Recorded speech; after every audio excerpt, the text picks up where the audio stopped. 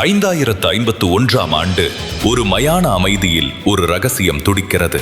கருவிகளில் ஓடும் அந்த திரவம் மனித ரத்தம் அல்ல. இது என்ன? தங்க நிறத்துல ஜொலிக்கிறது. ஒரு பிணத்தின் உடலில் இருந்து இந்த வெளிச்சம் வருவது எப்படி? அந்த அறையின் ஒவ்வொரு மூலையிலும் ஒரு ஆதிகாலத்து மிருகத்தின் நிழல் ஆடுகிறது. மரணம் அவனை நெருங்கியது. ஆனால் அவனோ அதை விட பெரிய ஒன்றை நெருங்கிவிட்டான்.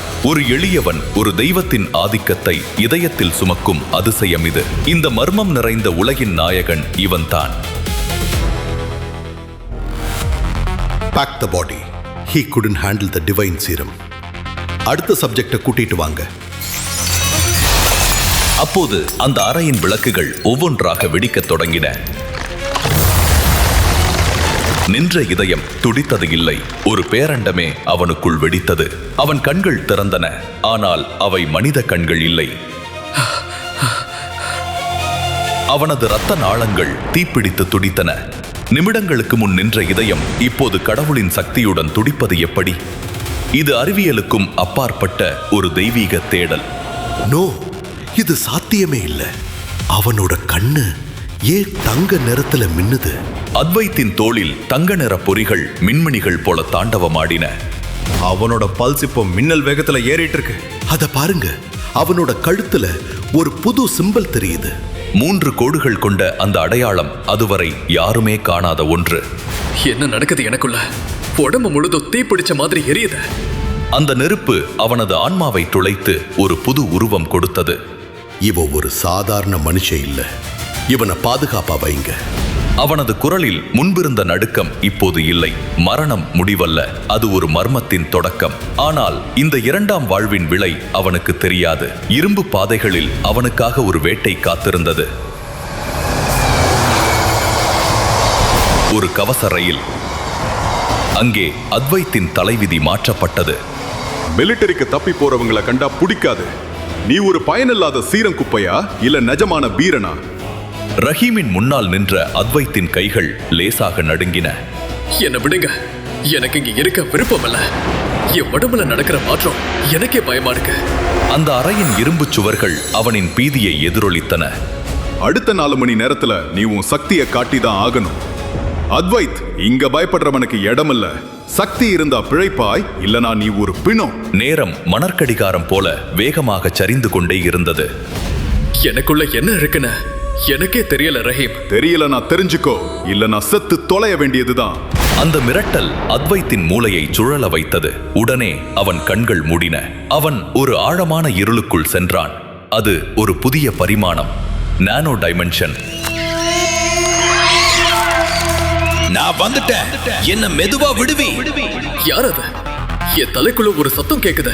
அந்த சத்தம் அவனது நரம்புகளை துளைக்க ஆரம்பித்தது. நான் தான் டிம்மி, ஒரு ரத்தத்துல கலந்திருக்கிற உன் துணைவன்.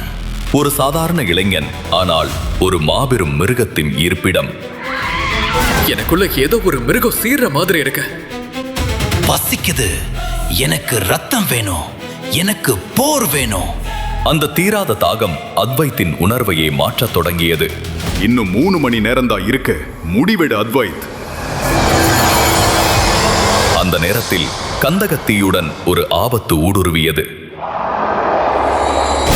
3 தலை கொண்ட அந்த அரக்கன் வீரர்களை துண்டாக்கத் தொடங்கியது. டிம்மி, இப்பவாச்சும் உன் சக்திய எப்படி காட்டணும்னு சொல்ல. இப்பவே பாரு, உன் மூலமா நான் எப்படி ஆடுறேன்னு. ஒரு பொன்னிற ஒளி அந்த இருட்டு பெட்டியை பிரகாசித்தது. அந்த பிரம்மாண்ட அரக்கன் ஒரு சிறு பூனையைப் போல பின்வாங்கியது. என்ன நடக்குது? அந்த மிருகங்கள் ஏன் பயந்து ஓடுது? ரஹீமின் துப்பாக்கி ஏந்திய கைகள் வியர்வையில் நனைந்தன. ஆதிக்கத்தின் முன் அதிகாரம் மண்டியிட்ட தருணம் அது. என் மேல இருக்கிற இந்த சிம்பல், இத பார்த்துதான் இவ ஓடுதா? மிருகங்களை மண்டியிடும் ஒரு சக்தி. அது உண்மையில் என்ன? இது சாதாரண சீரன் சக்தி இல்ல, இது ஒரு ஆதிக்கம். அத்வைத்தின் கண்கள் இப்போது கருணையை மறந்து போயிருந்தன. இன்னும் வேணும் அத்வைத், இவங்களோட பயம் எனக்கு பசிக்குது. அந்த ஆதி பசி அவனது இதயத்தை மெல்ல தின்றது. நீங்க எல்லாரும் பயப்படுறீங்களா ரஹீம்? நீ ஒரு மனுஷனா இல்ல வேற எதுவாவான்னு எனக்கு சந்தேகமா இருக்கு. மனித போர் வீரன் இல்லை, ஒரு தெய்வத்தின் மறுபிறவி அவன். இதற்கிடையில் அவனது வேட்டைக்களம் ஒரு கூண்டாக மாறியது. பயிற்சி பள்ளியின் சுவர்களுக்குள் ஒரு கொடையாளி ஒளிந்திருக்கிறான். புது பையன், இங்க நாங்க சொல்றதான் செய்யணும். மண்டிடுறா, இல்ல நான் இங்க இருந்து உயிரோட போக மாட்டேன். அந்த சீனியரின் கைகளில் சீரம் மின்சாரம் போல பாய்ந்தது. நான் சுரங்கத்துல இருந்து வந்தவன். அங்க நான் நிஜமான அரக்கர்களை பார்த்திருக்கேன். அத்வைத்தின் குரலில் ஒரு பாறை போன்ற உறுதி இருந்தது. என்னையா எதிர்த்து பேசுற? வாங்குடா இப்போ. ஒரு இரும்பு பிடியில் அந்த சீனியரின் கைகள் அகப்பட்டன. நீ வெறும் சீருடை போட்டு ஒரு குழந்தை, அவ்வளவுதான். என் கோபத்தை தூண்டாத, அப்புறம் உன் சாம்பல் கூட மிஞ்சாத. அவமானத்தின் ரணம் அந்த சீனியரின் முகத்தில் வழிந்தது. உன்னை கொன்னே தீருவேன். உன் உயிரை என் கால்ல வச்சுட்டு போ, அதுதான் உனக்கு நல்லது. அந்த மாணவர்களிடையே ஒரு திகிலூட்டும் நிசப்தம் நிலவியது. உன்னோட இந்த திமிர் உன்னை அழிச்சு. ஆனால் அந்த அழிவு எங்கே இருக்கிறது என்பது அவனுக்கு தெரியாது. வேட்டையாடுறவங்களுக்கு என்னைக்குமே அழிவு இல்லை. அவன் கண்கள் மீண்டும் தங்க நிறத்தில் ஒரு நொடி மின்னி மறைந்தன. இரவு. பயிற்சி பள்ளியின் இருட்டு மர்மங்களை ஒளித்து வைத்திருந்தது. அந்த ஒற்றைக்கண் மட்டும் இருளில் வேட்டையாடும் தீயாக எரிந்தது. மூச்சடக்க, இவனால என் வாசனையை உணர முடியுது. அத்வைத்தின் நெஞ்சில் இதயம் ஒரு மேளம் போல அதிர்ந்தது. எச்சரிக்கையாரு, இவன் நம்ம இனத்தை கொன்னவனோட நிழல். அந்த எச்சரிக்கை அத்வைத்தின் ரத்தத்தை மீண்டும் உறையச் செய்தது. எங்கேயோ ஒரு டிராகனோட வாசனை அடிக்குதே. அந்த அதிகாரி ஒவ்வொரு அடியாக அத்வைத்தை நெருங்கி வந்தான். என் மூச்சில அந்த வாசனையை கண்டறிய முடியுது. ஆபத்து ஒரு நொடி தூரத்தில் வந்து நின்றது. ஒரு கொடூரமான வேட்டைக்காரன் இப்போது அவனது கதவை தட்டுகிறான். இன்னும் எவ்வளவு நேரம்தான் இருட்டுல ஒளிஞ்சிருப்ப? உன் உடம்புல இருந்து வர்ற அந்த வாசனை, அதுவும் இறப்பை சொல்லுமே. தயாராயிரு, இவன் எரிக்கப்பட வேண்டியவன். அந்த தங்க டிராகனோட கடைசி வாரிசு நீதானா? வேட்டைக்காரன் இப்போது அவனது மூச்சுக்கு அருகில் வந்து நின்றான். உன் வாசனை உன்னை எனக்கு அடையாளம் காட்டியே தீரும். அத்வைத்தின் ரத்தத்தில் கலந்திருக்கும் அந்த தங்க திரவம் எத்தகையது? நின்ற இதயம் மீண்டும் துடிக்க ஆரம்பித்ததன் பின்னணியில் இருக்கும் மர்மம் என்ன? ஒரு சாதாரண இளைஞனுக்குள் எப்படி ஒரு தெய்வத்தின் சக்தி ஒளிந்திருக்கிறது? டிம்மி, இந்த விசித்திர மிருகம் அத்வைத்தை எங்கு அழைத்து செல்ல போகிறது? ஒற்றைக்கண் அதிகாரி தேடும் அந்த தங்க டிராகனின் ரகசியம் என்ன? 5051ஆம் ஆண்டின் அந்த இருண்ட உலகில் அத்வைத் ஒரு இரட்சகனா அல்லது அழிவா? Sector 406. Follow the protocol. 21st June, year 5051. இது கோல்டன் டிராகன் நேஷனின் அரசு அறிவிப்பு. உடனடியாக ஆக்சிஜன் மாஸ்குகளை அணியுங்கள். உங்கள் உயிரை காப்பாற்றிக் கொள்ளுங்கள். வானத்தில் பறக்கும் AI ட்ரோன்கள் ரோபோட்டிக் வாய்ஸில் மக்களை எச்சரித்தனர். அந்த அறிவிப்பை கேட்டதும் 20 வயதான அத்வைத் அவசரமாக தனது பையில் இருந்து மாஸ்கை எடுத்து அதை அணிந்து கொண்டு காலேஜ் ஹாஸ்டலில் இருந்து சற்று தள்ளி இருக்கும் லித்தியம் சுரங்கங்களை நோக்கி வேகமாக நடந்து சென்றார். இதுதான் பூமியின் தற்போதைய நிலை. ஒரு காலத்தில் பச்சை மரங்களால் செழிப்பாக இருந்த அனைத்து நகரங்களும் இப்போது வறண்ட நிலமாக தகர பூமியாக மாறி மாசு புகையால் மூடப்பட்டிருந்தன. நெய்வேலியில் நிலைமை இன்னும் மோசமாகிவிட்டது. லித்தியம் சுரங்கங்களில் இருந்து எழும் கருமேகங்கள் சூரியனை விழுங்கின. மேலும் காற்று விஷத்தால் நிரம்பியிருந்தது. இயந்திரங்களின் கர்ஜனையால் முழு நிலமும் அதிர்ந்து கொண்டிருந்தது. இதோடு மனிதர்களை வேட்டையாடும் மான்ஸ்டர்கள் அவை எங்கிருந்து வந்தன என்பது யாருக்கும் தெரியவில்லை. ஆனால் பயங்கரமான அந்த ராட்சச மிருகங்கள் பூமியை தாக்கி அழித்தன. மரண ஓலம் எங்கும் ஒலித்தது.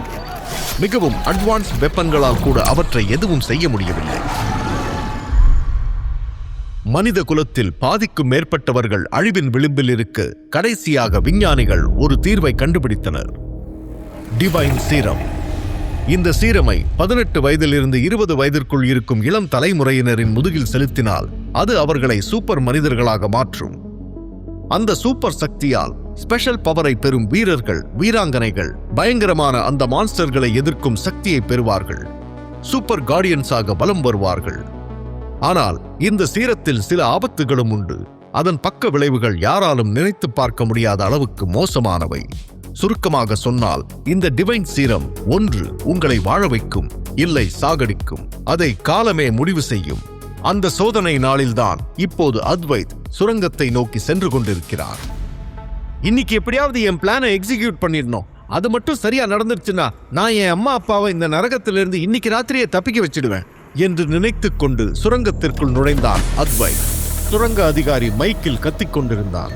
அவன் சொல்லி முடிப்பதற்குள் அத்வைத் தோளில் ஒரு பையுடன் தனது முன் நிற்பதை பார்த்து அவனது அப்பா தாரகன் உறைந்து போனார். எல்லாரும் கவனிங்க, இன்னைக்கு உங்க பசங்க எல்லாரும் டிவைன் சீரம் டெஸ்டுக்கு போகணும். யாராவது எஸ்கேப் ஆகணும்னு நினைச்சீங்க, அவ்வளவுதான் உங்க கதி, புரியுதா?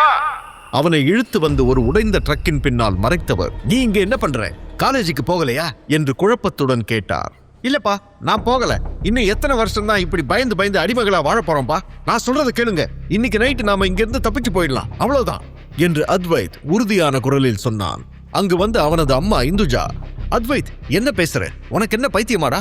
நாம இங்க இருந்து ஓடி போனா எல்லாம் சரியாகிடுமா? அந்த மான்ஸ்டர்ஸ் நம்மளை கொன்னுடும், மாட்டினா இவங்க கொன்னுடுவாங்க என்று திட்டினார். இப்படி வாழ்றதை விட சாவறது மேல்மா என்று அத்வைத் கோபமாக சொன்னான். அவன் சட்டையை இறுக்கி பிடித்தவர், சீ, நீ என் பையனடா, இப்படி சொல்ல உனக்கு வெக்கமா இல்ல? ஓடி போய் சாவறது குழந்தைங்களோட குணம். இதுக்காகவா நாங்க உங்களை இவ்வளவு கஷ்டப்பட்டு காப்பாத்தி வளர்த்தோம் என்று உணர்ச்சி வசப்பட்டவர் அவன் கையை பிடித்து ரகசியமாக அவனை காலனிக்குள் அழைத்துச் சென்றார். நரகத்தை விட மோசமாக இருந்த அந்த லித்தியம் சுரங்கத்தை மீண்டும் ஒருமுறை சுற்றி பார்த்தான் அத்வைத். நூற்றுக்கணக்கான பேர் ஒட்டிய வயிறோடும் பசியோடும் அங்கு இருந்தனர். கந்தலான உடையில் மனதிலும் உடலிலும் வலியோடு நின்ற ஆண்கள், பெண்கள், கைக்குழந்தைகளைக் கண்டு அத்வைத் கலங்கினான். சுத்தி பாரு, ஒவ்வொருத்தங்க கண்ணியும் தெரியற ஏக்கத்தை பாரு. நம்மளை காப்பாத்த ஒருத்தன் வரமாட்டானா, நமக்கு ஒரு தலைவன் கிடைக்க மாட்டானான்னு அந்த ஒத்த நம்பிக்கையை வச்சுக்கிட்டு உயிரை கையில பிடிச்சிட்டு போராடிட்டு இருக்காங்க பாரு என்று உணர்ச்சி பொங்க கண்ணீருடன் சொல்ல அம்மாவை கட்டிப்பிடித்து அழுதான்.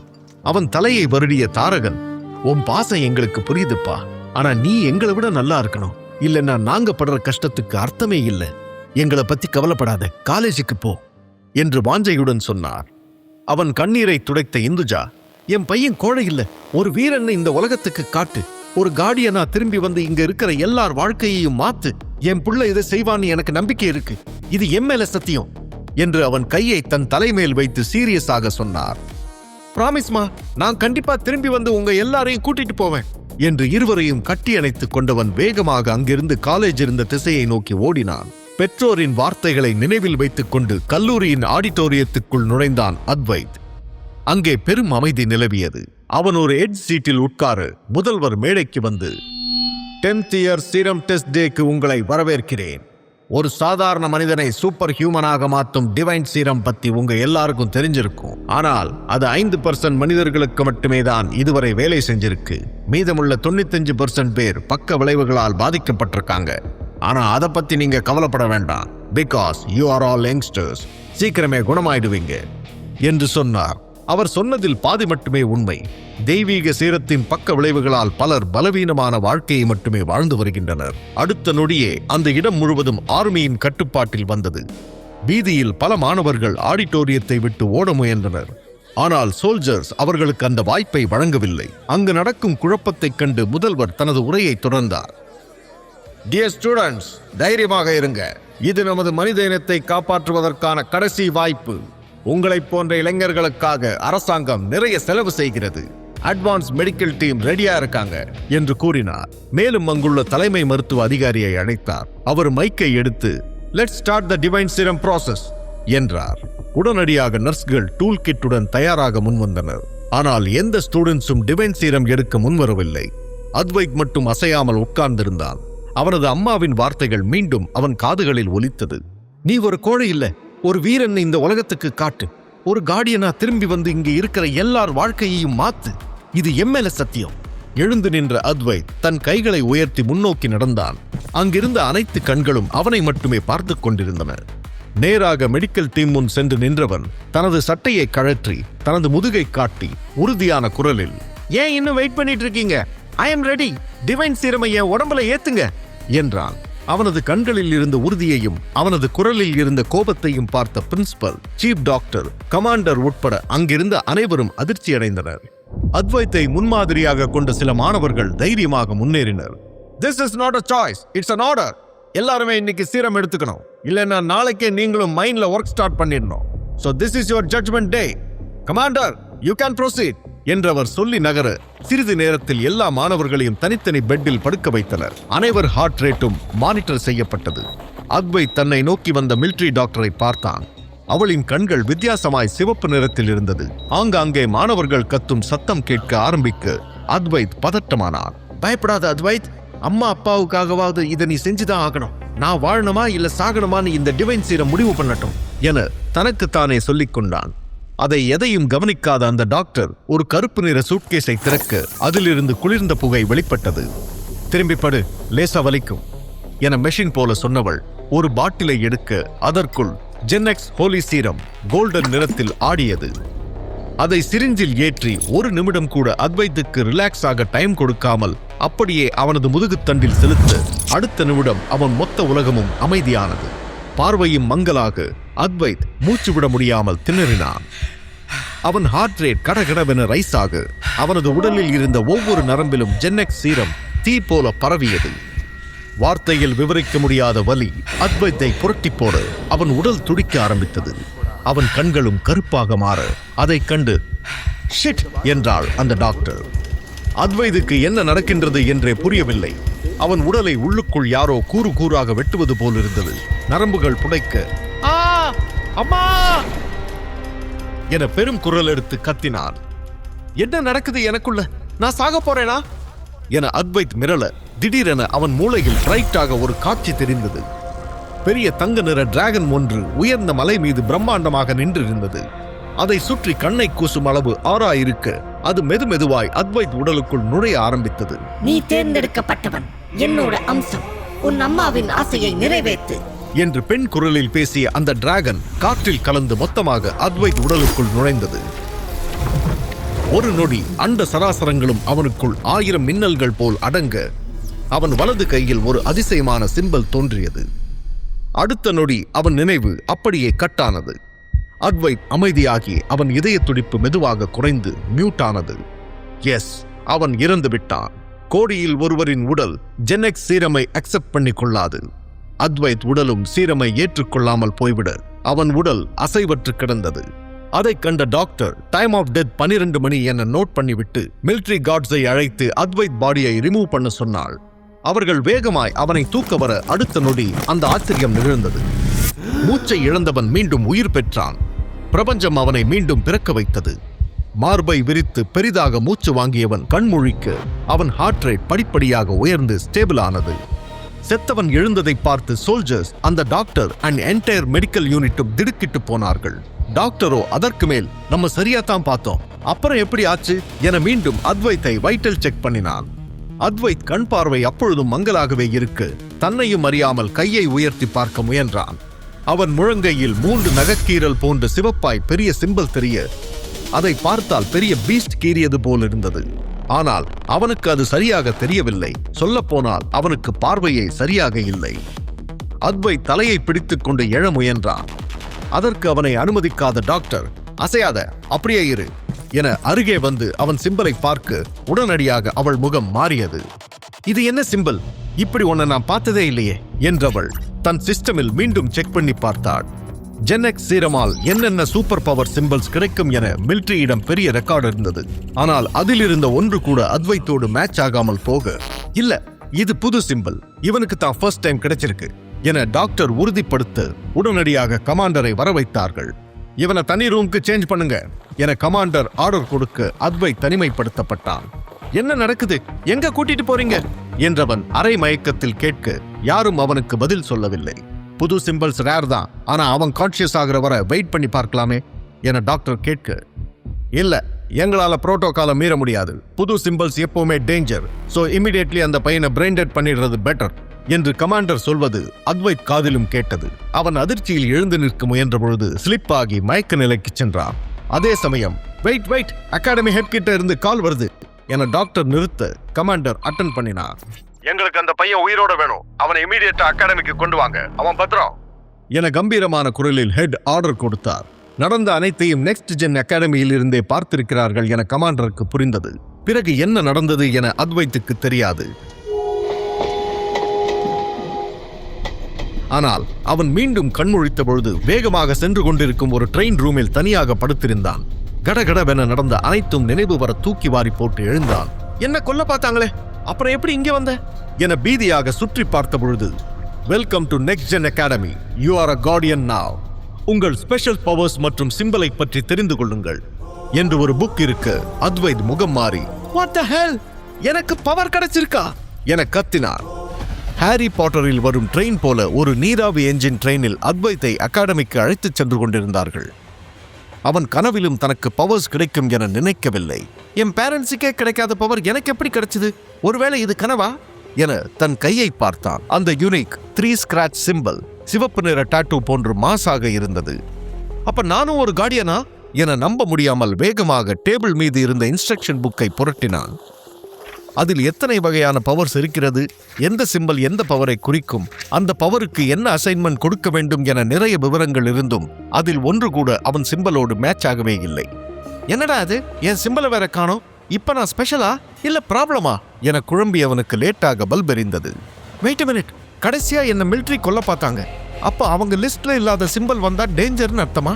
ஆனா நான் எப்படி எஸ்கேப் ஆனேன்? இல்ல செத்து சொர்க்கத்துக்கு போற ட்ரெயின்ல இருக்கேனா என பீதியானவன் ரூம் கதவை திறந்து வெளியே வந்து பார்த்தான். வரிசையாக நிறைய ஹைடெக் லக்ஸரி ரூம்கள் தெரிந்தது. ஜென்எக்ஸ் இன்ஜெக்ஷன் போட்ட மற்ற எல்லாரும் ஆழ்ந்த மயக்கத்தில் இருக்க அத்வைத் மட்டுமே முதலில் முழித்திருந்தான். அவனுக்கும் தன்னை சுற்றி என்ன நடக்கிறது என்று ஒன்றும் புரியவில்லை. ஒருவேளை டைரக்டா அகாடமிக்கு கொண்டு போய் கொல்ல போறானுங்களா என பயந்தவன் அங்கிருந்து தப்பிக்க முடிவு செய்ய, சரியாக அந்த கம்பார்ட்மெண்டின் கடைசியில் எக்ஸிட் டோர் ஒன்று தெரிந்தது. யாராவது பார்க்கறதுக்கு முன்னாடி எஸ்கேப் ஆகணும் என அத்வைத் அதை நோக்கி ஓட, அவன் மூவ்மெண்ட் அனைத்தும் ஹிடன் கேமராக்கள் மூலம் கண்காணிக்கப்பட்டது. சார், ஒரு சின்ன பிரச்சனை, அந்த ரேரான புது சிம்பல் பையன் முழிச்சிட்டான், ஆனா தப்பிக்க ட்ரை பண்றான் என அந்த ட்ரெயினின் முன்பக்கத்தில் இருந்த கமாண்டர் யாதவிடம் சோல்ஜர் ரஹீம் பதட்டமாக வந்து சொன்னார். ஆமா, ஜாலியா வந்து ரிப்போர்ட் பண்ணு. யோ, முதல்ல போய் அவனை தடுத்து நிறுத்து, அவனுக்கு மட்டும் ஏதாவது ஆச்சுன்னு வையே, நம்ம சோலி முடிஞ்சிடும் என கத்தினார் யாதவ். ரஹீம் அவசரமாக ஓட யாதவ் ட்ரெயினின் கண்ட்ரோல் ரூமை தொடர்பு கொண்டு பேக்கப்புக்கு ஆட்களை அனுப்பி வைத்தார். நடப்பது தெரியாமல் அத்வைத் எக்ஸிட் டோரை திறக்க காற்று சூறாவளி போல் முகத்தில் மோதி பின்னால் தள்ளியது. அசுர வேகத்தில் சென்ற அந்த ட்ரெயின் ஒரு பாலத்தின் மீது திரும்பியது. கீழே பார்த்த நொடி அதள பாதாளம் தெரிய அத்வைத் எச்சில் விழுங்கினான். இவங்க கிட்ட மாட்டிக்கிறதுக்கு குதிக்கிறது பெட்டர், தூரத்துல தண்ணி போறது தெரியுது, கண்டிப்பா ஆழமா தான் இருக்கும், பட் இட்ஸ் ஓகே என்ற முடிவோடு மடார் என ஜம்ப் பண்ணினான். மைனில் கடினமாக உழைத்துக் கொண்டிருந்த அத்வைத்தின் பெற்றோர்களுக்கு தங்கள் மகன் நெக்ஸ்ட் ஜென் அகாடமிக்கு செலக்ட் ஆனானா இல்லையா என தெரியாமல் கவலையாக இருந்தது. அத்வைத்தின் அப்பா தாரகன் லஞ்ச் பிரேக்கில் தயங்கி மைன் சூப்பர்வைசரான ஸ்டீஃபனிடம் சென்று, சார் கோவிச்சுக்காதீங்க, பையன் காலேஜில் இருந்து ஏதாவது தகவல் வந்துச்சா என எதிர்பார்ப்போடு கேட்டார். அவனோ அவரை முறைத்தபடி தன் டேப்லெட்டை செக் பண்ணினான். அத்வைத் செலக்ட் ஆகிவிட்டதால் அவனுடைய பெற்றோர்களை உடனடியாக மைன் ஒர்க்கிலிருந்து விடுவிக்க வேண்டும் என்றொரு மெசேஜ் வந்திருக்கு. ஸ்டீஃபன் வேண்டுமென்றே அதை டெலீட் செய்தான். அதெல்லாம் எந்த தகவலும் வரல, ஒழுங்கா போய் வேலையை பாரு, வந்துட்டான் பெரிய இவனாட்டம் என விரட்டி அடிக்க தாரகன் முற்றிலுமாக உடைந்து போனார். இனி என் பையன் என்ன ஆவான் என கண்ணீரோடு அவர் திரும்பினார். அதே நேரம் ட்ரெயினில் இருந்து குதித்த அத்வைத் அந்தரத்தில் தொங்கிக் கொண்டிருந்தான். அவன் கீழே செல்வதற்கு முன்பே வந்து பிடித்துவிட்ட சோல்ஜர் ரஹீம் போராடி மேலே தூக்க அத்வைத்தோ பயத்தில் கத்தினார். என்னை விட்டுடுங்க ப்ரோ, நான் போயிடுறேன், இங்க இருந்தா என்ன கொன்னுடுவாங்க ப்ளீஸ் என்றவன் மீண்டும் திரும்ப ரஹீம் சட்டன கதவை அடைத்து, டேய் என்னடா பண்ணிட்டு இருக்க, உன்னை கொல்ற ஐடியா இருந்தா எதுக்கு காப்பாற்ற போறோம் என கேட்க அத்வைத் சந்தேகமாக பார்த்தான். சும்மா சொல்லாதீங்க ப்ரோ என அத்வைத் இழுக்க, அடே தம்பி, உன்னை போடுற அளவுக்குலாம் இங்க பெரிய சீன் இல்ல, அமைதியா என் கூட வா என கன்வின்ஸ் பண்ணிய சோல்ஜர் ரஹீம் பேக்கப்புக்கு வந்த ஆட்களிடம் தான் பார்த்துக் கொள்வதாக சொல்லி அனுப்பிவிட்டான். அப்ப நிஜமாவே என்ன இவங்க கொல்ல மாட்டாங்களா? ஒருவேளை காலேஜில் அவங்க பேசுனதெல்லாம் தப்பா புரிஞ்சுக்கிட்டேனா? எல்லாம் என் மனப்பிரமையும் என அத்வைத் கொஞ்சம் கூல் டவுன் ஆக அவன் வயிறு பசிக்கு சவுண்ட் விட்டது. இந்த ரணகலத்திலேயே என் வயிற்றுக்கு ஒரு குதூகலம் என தலையை சொரிந்த அத்வைத், கேட்கவே கூச்சமா இருக்கு ப்ரோ, சாப்பிட ஏதாவது கிடைக்குமா ப்ரோ என்றான். அவனை விசித்திரமாக பார்த்த ரஹீம், யாரடா ராஜா நீ, யுனிக் பீஸா இருக்க என புலம்பியபடி ட்ரெயின் கிச்சனுக்கு அழைத்துச் சென்றான். என்ன எப்படி கண்டுபிடிச்சிங்க என அத்வைத் தயக்கமாய் கேட்க, சுத்தி பாருடா தம்பி, எல்லா இடத்துலயும் கேமரா இருக்கு, அண்ட் இனிமே இப்படி பண்ணிட்டு இருக்காத, காப்பாத்த நான் வரமாட்டேன் என எச்சரித்த ரஹீம் கிச்சனுக்கு சென்றதும் அத்வைத்துக்கு தேவையான உணவுகளை எடுத்துக்கொள்ள சொல்லிவிட்டு, ஒரு நிமிஷம் இரு வந்துடுறேன் என விலகிச் சென்றான். இங்கிருந்து தப்பிக்கிறது ஈஸி இல்ல போலையே, இப்ப என்ன பண்றது என்றவன் யோசித்தாலும் கைகள் சாப்பாட்டை எடுப்பதில் பசியாக இருக்க சற்று தள்ளி ஒரு பாத்திரத்தில் வைக்கப்பட்டிருந்த மிகப்பெரிய வெள்ளை நிற மான்ஸ்டர் முட்டைகளை பார்த்தான். அதிலிருந்து ஒன்றை அவன் எடுக்க திடீரென்று அவன் கிளாஸ் சிம்பலில் பயங்கரமான வலி ஏற்பட்டது. அவன் உடம்பெல்லாம் சூடாக நிலை தடுமாறி அங்கிருந்த டேபிளை பிடித்து கொண்டான். அப்போது அவன் மைண்டுக்குள் மெசேஜ் போல என்னவோ வந்தது. சூட்டபிளான முதல் பெட் கிடைத்துவிட்டது. டார்கெட் இஸ் இன்ஸ்டாலிங் என்று வர அடுத்த நிமிடம் அத்வைத் கையில் இருந்த முட்டை மாயமாக மறைந்தது. என்ன நடக்குது எனக்குள்ள? எங்க போச்சு அந்த முட்டை என்று மிரண்ட அத்வைத் சுற்றியும் பார்க்க அந்த முட்டையோ அவனது மூளைக்குள்ளிருந்து ஸ்பேஸில் AI இமேஜ் போல வந்து உட்கார்ந்தது. அப்படியே சில நொடிகள் உறைந்து நின்ற அத்வைத்துக்கு மெல்ல மெல்ல அந்த எரிச்சல் அடங்குவது தெரிந்தது. தள்ளாடி கொண்டிருந்தவன் இப்போது கால்களை தரையில் ஊன்றி ஸ்ட்ராங்காக நின்றான். என்னடா அது, உடம்புக்குள்ள ஏதோ ஒரு புது கரண்ட் பாயிற மாதிரி இருக்க என அவன் கைகளை இறுக்கி பார்க்க அந்த கிளாஸ் சிம்பல் இப்போ முன்பை விட டார்க்காக மின்னியது. பசியால் வந்த டயர்ட்னஸ் காணாமல் போய் உடம்பு அப்படியே அப்கிரேட் ஆன மாதிரி ஒரு ஃபீல் அவனுக்கு வந்தது. அவன் பார்வை இப்போது அந்த இருட்டு கிச்சனையும் ஒரு ஹைடெக் லென்ஸ் வழியாக பார்க்கிற மாதிரி செம ஷார்ப்பாக மாறியது. வாட் த ஹெல், எப்படி என் மூளைக்குள்ள இது நடக்க முடியும் என்றவன் அசையாமல் நிற்க திடீரென பிரைட்டாக, வெல்கம் டு நானோ டைமென்ஷன். இது உங்கள் மைண்டில் பிரத்யேகமாக உருவாகி இருக்கும் ஒரு தனி உலகம். இந்த உலகத்தின் கிரியேட்டர் நீங்கள் தான். இதை உங்கள் விருப்பப்படி எப்படி வேண்டுமானாலும் டிசைன் பண்ணி கொள்ளலாம். ஆரம்பத்தில் உங்களுக்கு உதவியாக இருக்க சில விஷயங்கள் டிஃபால்ட் மோடில் செட் பண்ணப்பட்டிருக்கிறது. உங்களது எக்ஸ்பீரியன்ஸ் மற்றும் பவர்ஸ் அதிகமாகும் பொழுது நானோ டைமென்ஷனின் கடவுளாக நீங்கள் மாறுவீர்கள் என்று வெல்கம் நோட்ஸ் தெரிய அத்வைத் அதிர்ச்சியின் உச்சிக்கே சென்று விட்டான். அவன் ஏதாவது புது பவர் கிடைக்கும் என்று பார்த்தால் விசித்திரமாக என்னென்னவோ நடந்தது. தொடர்ந்து காணாமல் போன முட்டை அவன் மைண்டில் இருந்து ஒரு கூடில் இருக்க, நோ வே, என் மண்டைக்குள்ள இந்த முட்டை பொரிய போகுதா? அப்படின்னா நான் முட்டையை அடகாக்க போறேனா? என்னடா அது புதுசு புதுசா சோதிக்கிறீங்க என்று புலம்பியவன் என்னாச்சே என்ற ரஹீமின் குரலால் நார்மலானான். ஏனோ தனக்குள் நடப்பதை அத்வைத் சொல்ல விரும்பவில்லை. ரஹீம் வேறு அத்வைத்தை தீவிரமாக பார்க்க முகத்தை இயல்பாக மாற்றிக்கொண்டு, நான் இதை ரூம்ல வச்சு சாப்பிடலாமா என கேட்க, கண்டிப்பா, ஆனா ஒழுங்கா இருக்கணும் என்ற வார்னிங்கோடு மீண்டும் ரூமுக்கு அழைத்து வந்தான் ரஹீம். இனி நான் பாத்துக்கிறேன் என அத்வைத் ரூமுக்குள் நழுவ முயல, கிழிச்சனி என பிடித்து நிறுத்திய ரஹீம், அங்க பாத்தியா உன் ரூமுக்கு மேல இருக்கிற டைமரா என்று சுட்டி காட்டினான். ட்ரெயினில் அவன் கம்பார்ட்மெண்ட்டில் ஒரு டிஜிட்டல் கிளாக் நேரத்தை காட்டிக் கொண்டிருந்தது. அதில் 4 hours 18 minutes, 4 hours 17 minutes என டைம் மிஷினில் குறைந்து கொண்டே வந்தது. அதுதான் கவர்மெண்ட் உனக்கு கொடுத்திருக்கிற டைம் லிமிட். அடுத்த 4 மணி நேரத்துக்குள்ள உன் பவரை நீயே வெளியே கொண்டு வராட்டி உன்னை நிஜமாவே முடிச்சிருவாங்கப்பா என ரஹீம் குண்டை போட அத்வைத் பயமாக பார்த்தான். ப்ரோ, என்ன சொல்றீங்க? மத்த எல்லாருக்கும் இதே ரூல் இருக்கா இல்ல எனக்கு மட்டும்தானா என்று அவன் பதற. இல்ல, உனக்கு மட்டும்தான் ரொம்ப ரேரான சிம்பல் கிடைச்சிருக்கு. சோ நீ உன்னை ப்ரூவ் பண்ணி ஆகணும். அப்படி ஆகாட்டி நீயே கீழே குதிக்க தேவையில்லை, அவங்களே உன்னை மேல அனுப்பிச்சிடுவாங்க. So all the best. உன்னோட பவர் அவேக்கனிங் பண்ண முழுசா முயற்சி பண்ணு. முடிஞ்சா உயிரோட அகாடமிக்கு போ என்று கூலாக சொல்லிவிட்டு ரஹீம் கிளம்பினார். அத்வைத்துக்கு மண்டையை உடைத்துக் கொள்ளலாம் போல் இருந்தது. இனி தப்பிக்க வாய்ப்பில்லை என உணர்ந்தவன் இறுதியாக மோதி பார்த்து விடலாம் என முடிவு செய்தான். முதலில் சாப்பிட்டு உடலுக்கு சக்தி கொடுத்தவன், கமான் அத்வைத், ஒன்னால முடியும், இது விதியே உனக்கு கொடுத்த இன்னொரு வாய்ப்பு, நழுவ விட்டுறாத என்ற எண்ணத்தோடு தன் மைண்டை கவனித்தான். அப்போது திடீரென அந்த முட்டைக்குள் இருந்த பறவையை பற்றிய ஒரு ஸ்டேட்டஸ் வந்தது. Nano dimension activated. Pet number 1. Pet name airbender eagle. Rank common. Connection low. Skill sets claw, ultra attacking, supervision. அந்த நிமிடம் அத்வைத் உடம்புக்குள் இன்னும் பவர்ஃபுல்லான எனர்ஜி ஃப்ளோ ஆக தொடங்கியது. ஒரு நிமிடம் ஜெர்க் ஆகி அத்வைத் தன் கைகளை பார்க்க முன்பை விட அது ஸ்டெடியாக இருந்தது.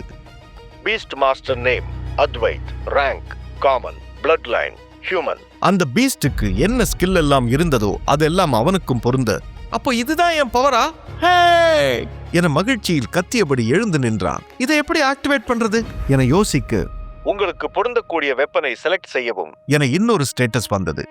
என்னடா அது, டைரக்டா என் மூளைக்கு யாரோ டெக்ஸ்ட் மெசேஜ் அனுப்புற மாதிரி இருக்கு. அவங்க சொல்றதை ஃபாலோ பண்ணாலே நாம சர்வைவ் ஆயிடலாம் என மெத்தைக்கு கீழே இருந்த வெப்பன் பாக்ஸை திறந்தான். அதில் நிறைய வெப்பன்ஸ் இருக்க அத்வைத் தனக்கு செட் ஆவது போல் பெரிய கத்தி ஒன்றும் ஷார்ப்பான முனைகள் கொண்ட கிளவுஸ் ஒன்றையும் எடுத்துக்கொண்டான். கிளவுஸை கையில் மாட்டியதுமே ஆக்டிவேட்டிங் கிளா என்ற ஸ்டேட்டஸ் வர அவன் கிளவுஸ் சிகப்பு நிறத்தில் மாறியது. ஏதோ சரியில்லையே என அத்வைத் கையை தூக்க அடுத்த நிமிடம் அவன் கிளவுஸில் இருந்து ரெட் கலரில் ஒரு ஆரா வெளிப்பட அது எதிரே இருந்த சுவரை அட்டாக் பண்ணி பெரிய ஓட்டையாக இருந்தது. போச்சு போச்சு என அத்வைத் டென்ஷனாக, ஆனால் அந்த ஓட்டை சில நொடிகளிலேயே தானாக சரியாகிவிட்டது.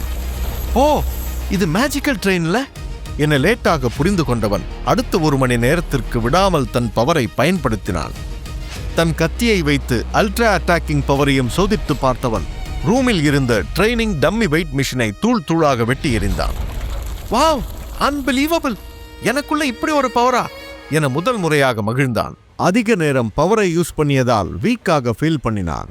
டிஜிட்டல் கிளாக்கை பார்த்தவன் 5 hours 33 minutes என்ற டைமை பார்த்து சற்று நிம்மதி பெருமூச்சு விட்டான். இது என்ன பவர்னு எனக்கு சொல்ல தெரியல, ஆனா இனி நான் சாக மாட்டேன்னு மட்டும் நம்பிக்கை வருது. ஃபிக்ஸ் பண்ண டைம் லைனுக்குள்ள முழுசா இந்த பவரை ஆக்டிவேட் பண்ணிடணும் என உற்சாகமாக ஜன்னலை திறந்து காற்று வாங்கினான். அது இரவு நேரமாக இருந்தாலும் வெகு தூரத்தில் இருந்து மலைகளை கூட அவனுக்கு கிடைத்த புது பவரால் தெளிவாக பார்க்க முடிந்தது. மேலும் 360 டிகிரியில் பார்வை செல்வதை கண்டவன் இது அந்த சூப்பர் விஷனா இருக்கணும் என நினைக்க சட்டென அவன் பார்வைக்கு சைடில் என்னவோ பறந்து வருவது தெரிந்தது. அத்வைத் திரும்பி பார்த்த நொடி அவன் முகம் டோட்டலாக மாறியது. பெரிய பாறைகளைப் போன்ற 3 தலை ரைனோஸ் மான்ஸ்டர் அந்த ட்ரெயினை அட்டாக் பண்ண பறந்து வர இல்ல இல்ல என தடுமாறிய அத்வைத் சோல்ஜர்களை அலர்ட் பண்ண வெளியே ஓடினான். ஆனால் அவன் அந்த கம்பார்ட்மெண்ட்டை கடப்பதற்கு முன்பே மொத்த ட்ரெயினும் அதிர்வது போல் ரைனோக்கள் வந்து மேலே மோத அத்வைத் தூக்கி வீசப்பட்டான். அவன் விழுந்த வேகத்தில் ட்ரெயின் கண்ணாடி உடைந்து மண்டையில் சரியான அடி விழுந்தது.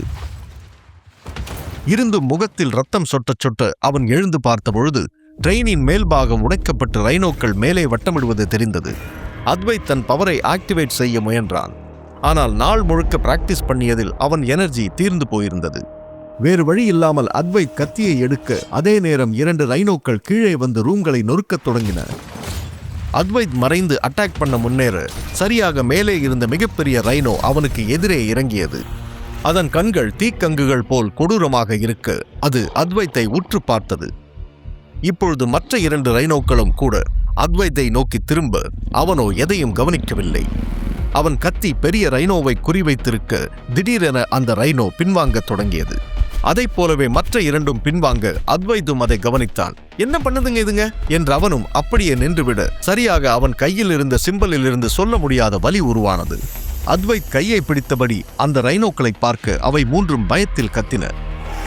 அந்த சத்தம் காதை பிளந்தாலும் போங்க இங்கிருந்து போயிடுங்க என அத்வைத்தும் எதிர்த்து கத்த சரியாக அவன் கண் முன்னால் மயக்கத்தில் இருந்த 2 மாணவர்களை தூக்கி கொண்டு அவை பறந்துவிட்டன. அத்வைத் பதறிப்போய் ஹெல்ப், யாராவது ஹெல்ப் பண்ணுங்க என்று கத்துவதற்கும் மிலிட்டரி கார்ட்ஸ் உள்ளே வரவும் சரியாக இருந்தது. அவர்கள் உடனடியாக அந்த பீஸ்டை அட்டாக் பண்ணியபடி அத்வைத்தை பின்னால் இழுத்துச் சென்றார்கள். அவனுக்கு அப்பொழுதே ஃபர்ஸ்ட் எய்ட் கொடுக்கப்பட ரஹீமும் அங்கேதான் இருந்தான். என்னடே, உனக்கே இங்க நேரம் சரியில்லை, நீ எதுக்கு அட்டாக் நடந்த இடத்துக்கு போன என ரஹீம் திட்ட அத்வைதோ வேறு கவலையில் இருந்தான். அந்த 2 பசங்களையும் காப்பாத்திடுவீங்க தானே என படபடப்பாக விசாரித்தான். அது தெரியல, ஆனா இதுவரைக்கும் பீஸ்டுங்க பிடிச்சிட்டு போன மனுஷங்க யாரும் உயிரோட தப்பிச்சதில்லை என ரஹீம் உள்ளதை சொல்ல இதெல்லாம் என்னோட தப்பு தான், நான் ஏதாவது பண்ணி இருக்கணும் என அத்வைத் ஃபீல் பண்ணினான். அதை எரிச்சலாக பார்த்த ரஹீம், இப்ப அது ரொம்ப முக்கியம் பாரு, முதல்ல நீ உன் பவரை கண்டுபிடிச்சியா என்று கேட்க அத்வைத் தலையசைத்தான். ஓரளவுக்கு கண்டுபிடிச்சிட்டேன், ஆனா முழுசா எனக்கே புரியல என்றான். நீ இப்போ உயிரோட அகாடமிக்கு போக அது போதும். சீக்கிரமா கொடுத்துருக்கிற அசைன்மெண்ட்டை முடிச்சுட்டு தூங்குறதுக்கான வழியை பாரு. நாளைக்கு காலையில நீங்க இறங்க வேண்டிய ஸ்டேஷன் வந்துடும். அண்ட் அங்கிருந்து அகாடமிக்கு போறது அவ்வளவு சுலபமா இருக்காது, ஜாக்கிரதையா இருந்துக்கோ என்று எச்சரித்த ரஹீம் அத்வைத் ஏதோ கேட்க வருவதற்குள் சென்று விட்டான். அத்வைத்துக்கு தலை வலித்தது. அதைவிட 2 மாணவர்கள் காணாமல் போனது கவலையாக இருந்தது. நான் ஏன் இவ்வளவு வீக்கா இருக்கேன், என்னால அவங்களை காப்பாற்ற முடியாம போச்சே என்றவன் குற்ற உணர்ச்சியோடு அந்த அசைன்மெண்ட் புக்கை எடுத்தான். அதில் ஜென்னெக்ஸ் எடுத்துக்கொண்ட பிறகு உடலில் ஏற்பட்ட மாற்றங்கள் மற்றும் பவர் ஸ்டேட்டஸ் அவேக்கனிங் பற்றி விரிவாக கேட்டிருந்தார்கள். புக்கை பார்த்த அத்வைத்துக்கு ஏகப்பட்ட கன்ஃபியூஷன். எதை எழுதுறது, எனக்குள்ள இப்ப 3 பவர் இருக்கு, எல்லாத்தையும் அப்படியே எழுதுனா அகாடமியில ஈஸியா டார்கெட் பண்ணிடுவாங்களே, ஆனா எதுவுமே எழுதாட்டி பவர் இல்லைன்னு சொல்லி அசால்ட்டா என்ன போட்டு தள்ளிட்டு போயிட்டே இருப்பாங்க என்று பயந்தவன் ஒரு முடிவுக்கு வந்தான். தன்னுடைய அல்ட்ரா அட்டாக்கிங் பவரை பற்றி மட்டும் கொஞ்சம் டீட்டெயிலாக எழுதிவிட்டு சூப்பர்விஷன் மற்றும் அந்த கழுகு பற்றி எதையும் சொல்லாமல் மறைத்து விட்டான். எல்லாத்தையும் பாதி பாதி மட்டும் போடுவோம், மற்றதெல்லாம் சொல்லாம விட்டு வைப்போம், யாருக்கு தெரிய போகுது என்று தனக்குள்ளே பேசிக்கொண்டு அசைன்மெண்ட்டை முடித்தான். தலைவலியால் அத்வைத் அப்படியே சீக்கிரமே தூங்கி போனான். லேட் நைட்டில் அவனது அறைக்கு வந்து செக் பண்ணிய கமாண்டர் யாதவ் யாருக்கோ சேட்டலைட் போனில் ரிப்போர்ட் பண்ணினார். பையன் சேஃபா இருக்கான், நாளைக்கு மார்னிங் அகாடமிக்கு வந்துடுவான். நான் வாக்கு கொடுத்த மாதிரி என் சைடில் எந்த பிரச்சனையும் இல்லாமல் கூட்டிட்டு வந்துடுவேன். ஆனால் அதுக்கப்புறம் இவன் உங்க பொறுப்பு. அண்ட் அவன் அசைன்மெண்ட்ல அட்டாக்கிங் ஸ்கில்ல மட்டும்தான் நோட் பண்ணியிருக்கான். ஆனா இவன் எதையோ பெருசா மறைக்கிறான், அது மட்டும் கன்ஃபார்ம் என பேசியவர் சிறிது நேரத்திலே தான் வந்த தடம் தெரியாத மாதிரி சென்று விட்டார். ஆழ்ந்த உறக்கத்தில் இருந்த அத்வைத் ஒரு விசித்திர கனவில் சிக்கியிருந்தான். பெரிய மலை ஒன்று வானை முட்டும் அளவுக்கு இருந்தது. அதை சுற்றி மேகங்கள் சிவப்பு நிறத்தில் இருக்க அதன் உச்சியில் அத்வைத் நின்று கொண்டிருந்தான். இது என்ன உலகம் என அத்வைத் திரும்பி பார்க்க அவனுக்கு எதிரே ஒரு பெரிய கண்ணாடி இருந்தது.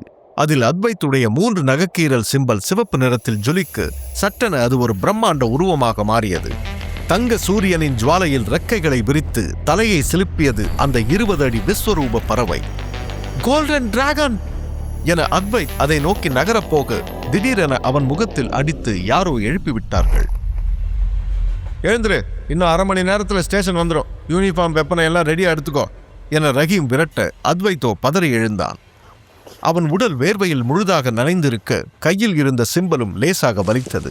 என்ன கனவு இது? ரொம்ப ரியலிஸ்டிக்கா இருந்துச்சு. கண்ணாடியில எனக்கு பதிலா எப்படி டிராகன் வந்துச்சு? அது மட்டும் இல்லாம இதே கனவை இதுக்கு முன்னாடி கூட ஒரு தடவை நான் பார்த்திருக்கேன்னு நினைக்கிறேன் என தீவிரமாக யோசித்தான்.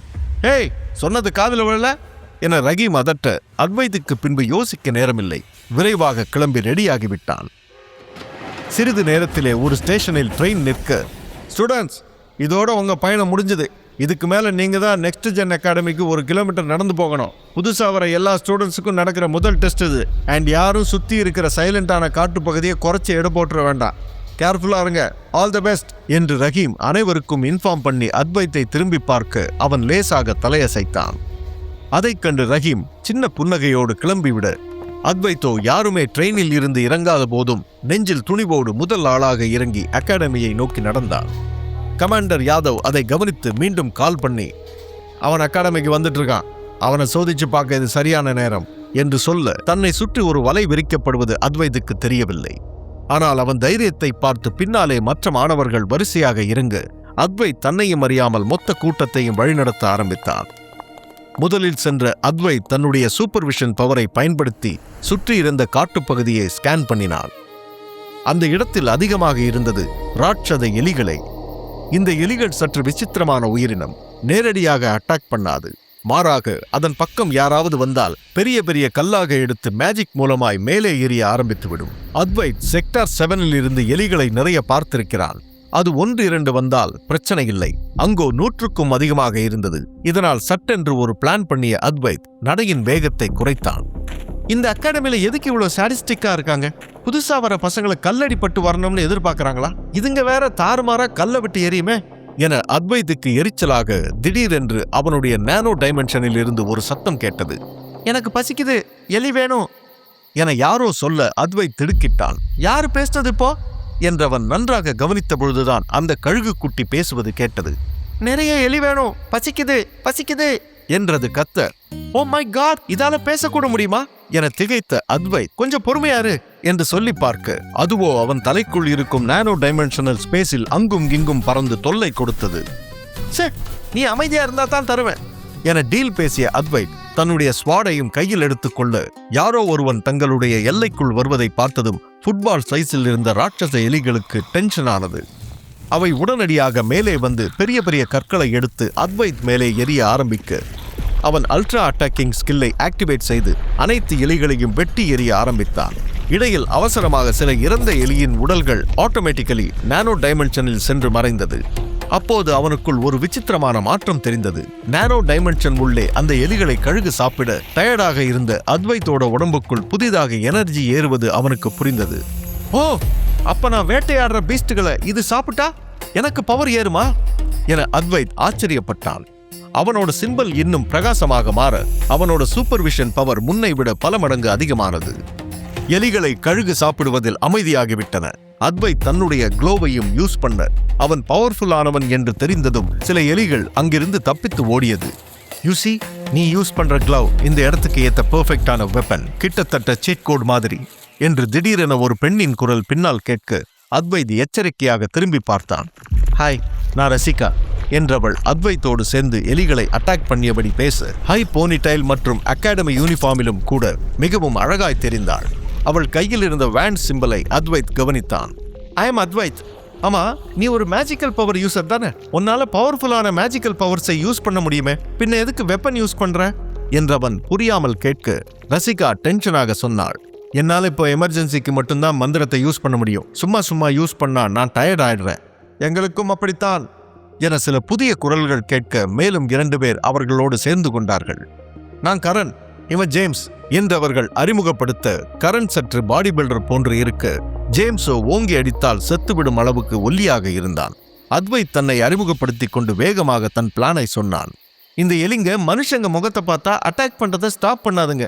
சோ நீங்க உங்க தலையை மறைச்சிட்டு என் பின்னாடி வாங்க, சீக்கிரமே தூரத்தில் இருந்த சமவெளிக்கு நாம போகணும் என்று சொல்ல, மூவரும் அதையே ஃபாலோ பண்ண பவர்ஃபுல்லான மாணவர்களின் கவனம் அத்வைத் பக்கம் திரும்பியது. யார் இவன், கொஞ்சம் கூட பயமே இல்லாம இருக்கான் என ஆச்சரியமாக பார்த்தார்கள். அவன் டெக்னிக் மட்டும்தான் இங்க ஒர்க் அவுட் ஆகும். இந்த எலிங்க அவ்வளவு சீக்கிரம் நம்மளை கிராஸ் பண்ண விடாதுங்க என அனைவருக்கும் புரிய சட்டென சின்ன குரூப்ஸாக பிரிந்தார்கள். அட்டாக்கிங் பவர்ஸ் இருப்பவர்கள் குரூப்பை லீட் பண்ண, பவர் குறைவாக இருக்கும் மேஜிக்கல் பவர்ஸ் கொண்ட மாணவர்கள் அவர்களை ஃபாலோ செய்தார்கள். அத்வைத் அடுத்து என்ன செய்தானோ அதையே எல்லாரும் காப்பி அடிக்க, அவன் அதை கவனிக்காமல் முன்னேறுவதில் மட்டும் கவனமாக இருந்தான். சிறிது நேரத்தில் அத்வைத்தின் குரூப் எலிகளை சமாளித்து சமவெளிக்கு வந்துவிட அந்த பகுதி மிகவும் அமைதியாக இருந்தது. நாம தான் ஃபர்ஸ்ட் அகாடமிக்கு போக போறோம்னு நினைக்கிறேன் என ரசிகா உற்சாகமாக சொல்ல, அத்வைத்துக்கு ஏனோ அந்த இடம் ஒரு இனம் புரியாத எச்சரிக்கை உணர்வை தூண்டியது. ரொம்ப நேரம் இங்கே இருக்க வேண்டாம் என்று அவன் சொல்லி முடிக்கும் முன்பே திடீரென்று சிலர் கத்தும் சத்தம் கேட்டது. என்ன ஆனது என புரியாமல் அத்வைத் திரும்பி பார்த்தால் அவர்களுக்கு எதிரில் பெரிய கலவரமே நடந்து கொண்டிருந்தது. மண்ணுக்கடியில் இருந்த வேர்கள் எல்லாம் வெளியே வந்து பின்னால் வந்து ஒரு குரூப் மாணவர்களின் கால்களை சுற்றி கீழே இழுத்து மண்ணுக்குள் புதைய வைத்துக் கொண்டிருந்தது. அவர்கள் தப்பிக்க முடியாமல் வெப்பன்ஸை வைத்து அந்த வேர்களை வெட்டி எறிய, அதுவோ மீண்டும் மீண்டும் வளர்ந்து அவர்கள் உடலை சூழ்ந்து கொண்டது. ஓ மை காட் என பின்வாங்கிய ஜேம்ஸ் ஒரு இடத்தை அழுத்தமாய் மிதித்துவிட, அந்த நிமிடம் பூமிக்குள் மறைந்திருந்த வேர்கள் வெளியே வந்து அவன் கால்களையும் சுற்றியது. அதில் அத்வைத்தும் ஸ்லிப்பாகி கீழே விழ, அவன் கையில் இருந்த ஸ்வாட் ஒரே வெட்டில் அவ்வளவு பெரிய வேரை வெட்டியது. என்ன நடக்கிறது என கணிப்பதற்கு முன்பே அத்வைத் கடகடவென்று அங்கிருந்த வேர்களை எல்லாம் வெட்டி எறிந்தபடி, சீக்கிரமா ஓடுங்க, நாம அதை அட்டாக் பண்றதை பார்த்துட்டு அது இன்னும் மோசமா மாறுது என்றவன் கத்த, மற்றவர்கள் வேகமாக ஓடிவிட்டார்கள். ஆனால் அத்வைத் அங்கிருந்து செல்வதற்கு முன்பு அவனுடைய மொத்த உடலையும் வேர்கள் சுற்றி கொள்ள, என்ன பண்ற நீ, அதை வெட்டிட்டு வா என ரசிகா கத்தினாள். எனக்கு மட்டும் இந்த இடத்துல படுத்து கிடக்கணும்னு ஆசை பாரு என்று எரிச்சலாக கத்திய அத்வைத் தடுமாறி நின்ற நேரம், ஆக்டிவேட் டபுள் பவர் என்றவன் மைண்டுக்குள் ஒரு டெக்ஸ்ட் தெரிந்தது. என்ன டபுள் பவர், எதை சொல்ற என அத்வைத் குழம்ப, நான் பாத்துக்கிறேன் என்று முன்னால் வந்த ரசிகா தன்னுடைய எமர்ஜென்சி மந்திரத்தை பயன்படுத்த, அத்வைத் 10 அடி மேலே இழுக்கப்பட்டு காற்றில் மிதந்து வந்து தள்ளி விழுந்தான். இருந்தும் அந்த வேர்கள் அவனை துரத்தி வர, நம்ம உயிரோட அகாடமிக்கு வரக்கூடாதுன்னு இப்படி எல்லாம் பண்றாங்களா என ரசிகா கத்த ஆரம்பித்தாள். இது பேசுறதுக்கான நேரம் இல்லை, ஆல்ரெடி என்னோட எனர்ஜி ரொம்ப டவுன் ஆயிடுச்சு, ஃபர்ஸ்ட் அகாடமிக்கு போவோம், அதுக்கப்புறம் பேசிக்கலாம் என்று அத்வைத் அனைவரையும் ஓடச் சொன்னான். மூச்சு வாங்கி ஓடி வந்தவர்கள், கைஸ் அங்க பாருங்க என அத்வைத் காட்டியதை பார்க்க, நல்ல வேளையாக அவர்கள் வயிற்றில் பாலை வார்ப்பது போல் சற்று தூரத்தில் சீராக உருவாக்கப்பட்ட பாதை கண்ணுக்கு தெரிந்தது. அப்பாடா, ஒரு வழியா கேட்டுக்கு வந்துட்டோம்னு நினைக்கிறேன் என்று கரண் மற்றும் ஜேம்ஸ் நிம்மதியாக அந்த பாதை 300 அடி தூரத்தில் நெக்ஸ்ட் ஜென் அகாடமி கேட்டோடு கனெக்ட் ஆனது. அப்பாடா, ஒரு வழியா வந்துட்டோம் என ஜேம்ஸ் மூச்சு வாங்கி சொல்ல, அத்வைத் மட்டும் அந்த பாதையை பார்த்து அப்படியே நின்றான். அவன் சூப்பர் விஷனில் அந்த பாதை அவனுக்கு சாதாரணமாக தெரியவில்லை. பாதையின் இருபுறமும் நின்றிருந்த பிரம்மாண்டமான சிலைகள் அவர்கள் நெருங்க நெருங்க லேசாக அசைவது போல அவனுக்கு தெரிந்தது. சரியாக அவர்கள் கேட்டை நெருங்கிய போது அத்வைத்தின் கையில் இருந்த சிம்பல் முன்பை விட வேகமாக துடிக்க ஆரம்பித்தது. அவனது நானோ டைமென்ஷனுக்குள் இருந்த கழுகு குட்டி இதுவரை இல்லாத அளவுக்கு கொடூரமாக கத்தத் தொடங்கியது. அது பசிக்காக கத்தவில்லை, ஏதோ ஒரு மிகப்பெரிய ஆபத்தை எச்சரிப்பது போல் இருந்தது. அத்வைத் சட்டென நின்றான். யாரும் முன்னாடி போகாதீங்க, நில்லுங்க என அவன் கத்துவதற்குள் அகாடமி கேட் தானாக திறந்தது. முழு கதையையும் கேட்டு மகிழ பாக்கெட் FM ஆப்பை டவுன்லோட் செய்யுங்கள். லிங்க் டிஸ்கிரிப்ஷனில் கொடுக்கப்பட்டுள்ளது.